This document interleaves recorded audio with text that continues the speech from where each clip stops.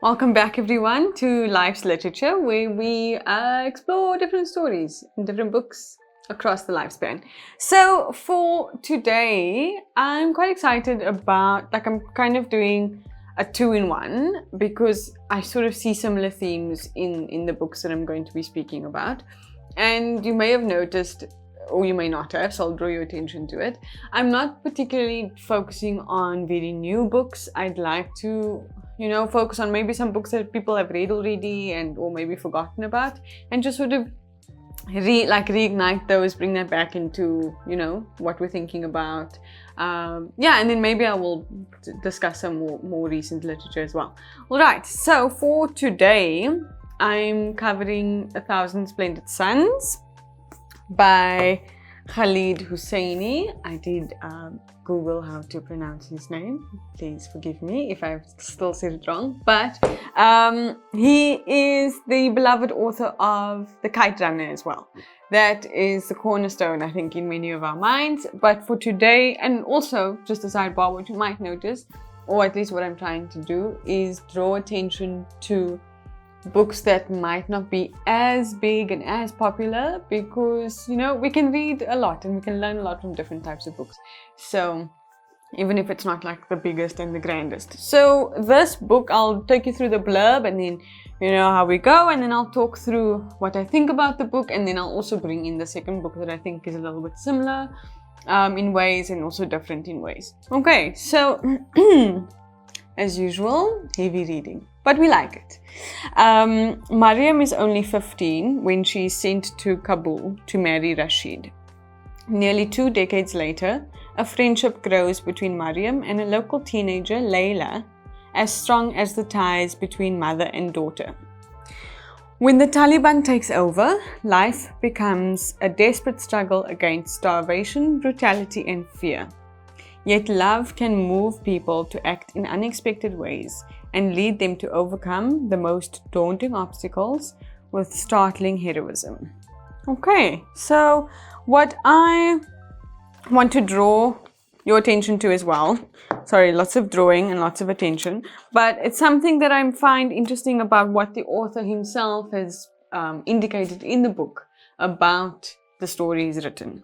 So there is, towards the end, there's what I find interesting. Sorry, I'm very all over the place today, but what I'm enjoying about this particular print in this particular edition of the book is that you will find towards the end is a reading guide, which is quite nice if you maybe want to be a part of a book club, or you want to use the book as something to learn from and you maybe need a bit of guidance. There is a reading guide that talks through the book in brief. It takes you on a background of the author and then some pointers on what to focus on. So what I want to just point out is what he speaks about the book in and of itself.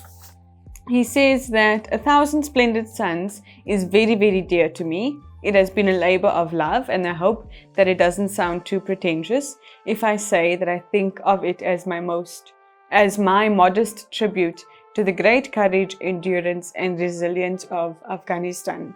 I hope that I will engage you, that I will transport you, and that the novel will move you and leave you with some sense of compassion and empathy for Afghan women whose suffering has been matched by very few groups in recent world history. It does that. I think that his book does that, fundamentally does.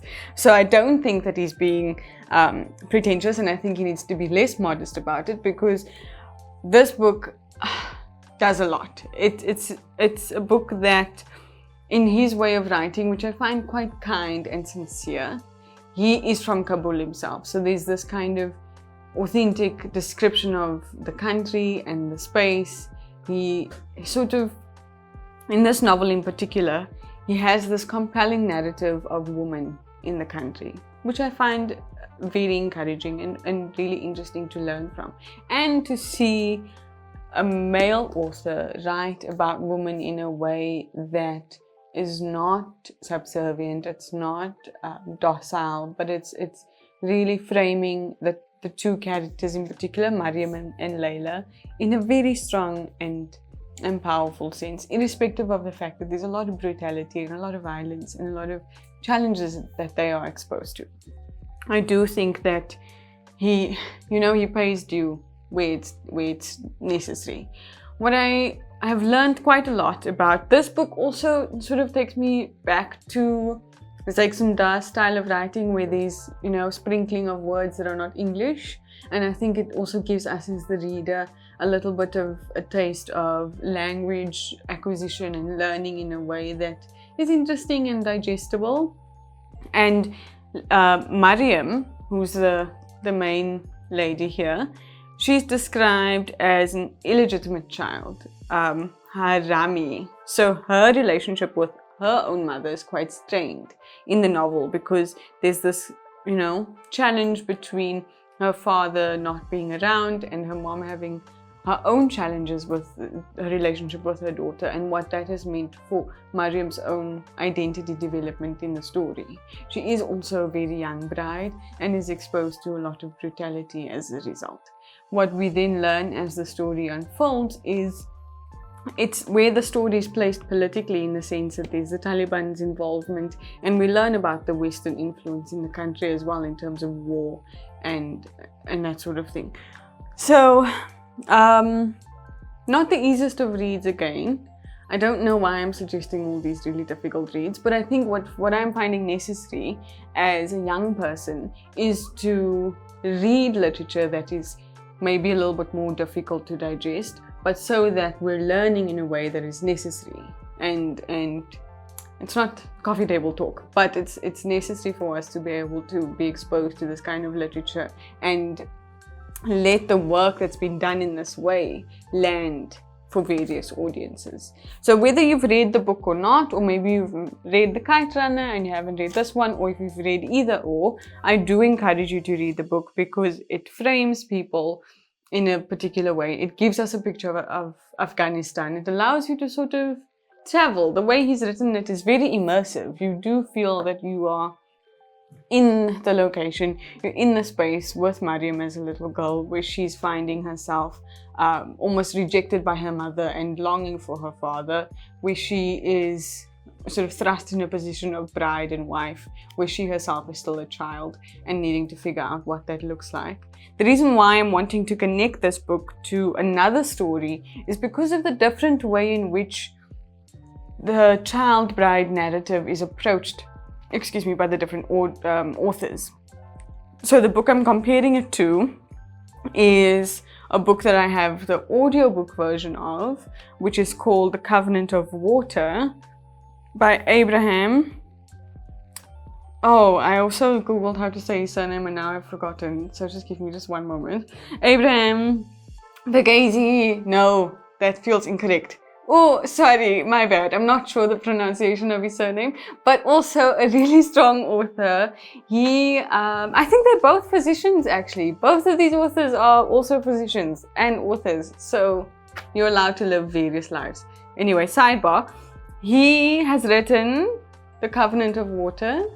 I am listening to it and it's where he is doing the audio narration, which is very interesting because I'm hearing it from the author, and it's a really interesting picture. It is 700 pages long, so it is quite a massive book to get through. This one is a lot more recent. So here we go. Here's a more recent novel that I'm speaking about. I am connected to where we are in space and time. I'm not only asking you to read really old books. I'm with the new literature as well. So his book, what I'm finding interesting in comparison, sorry, I digressed, but I'm back.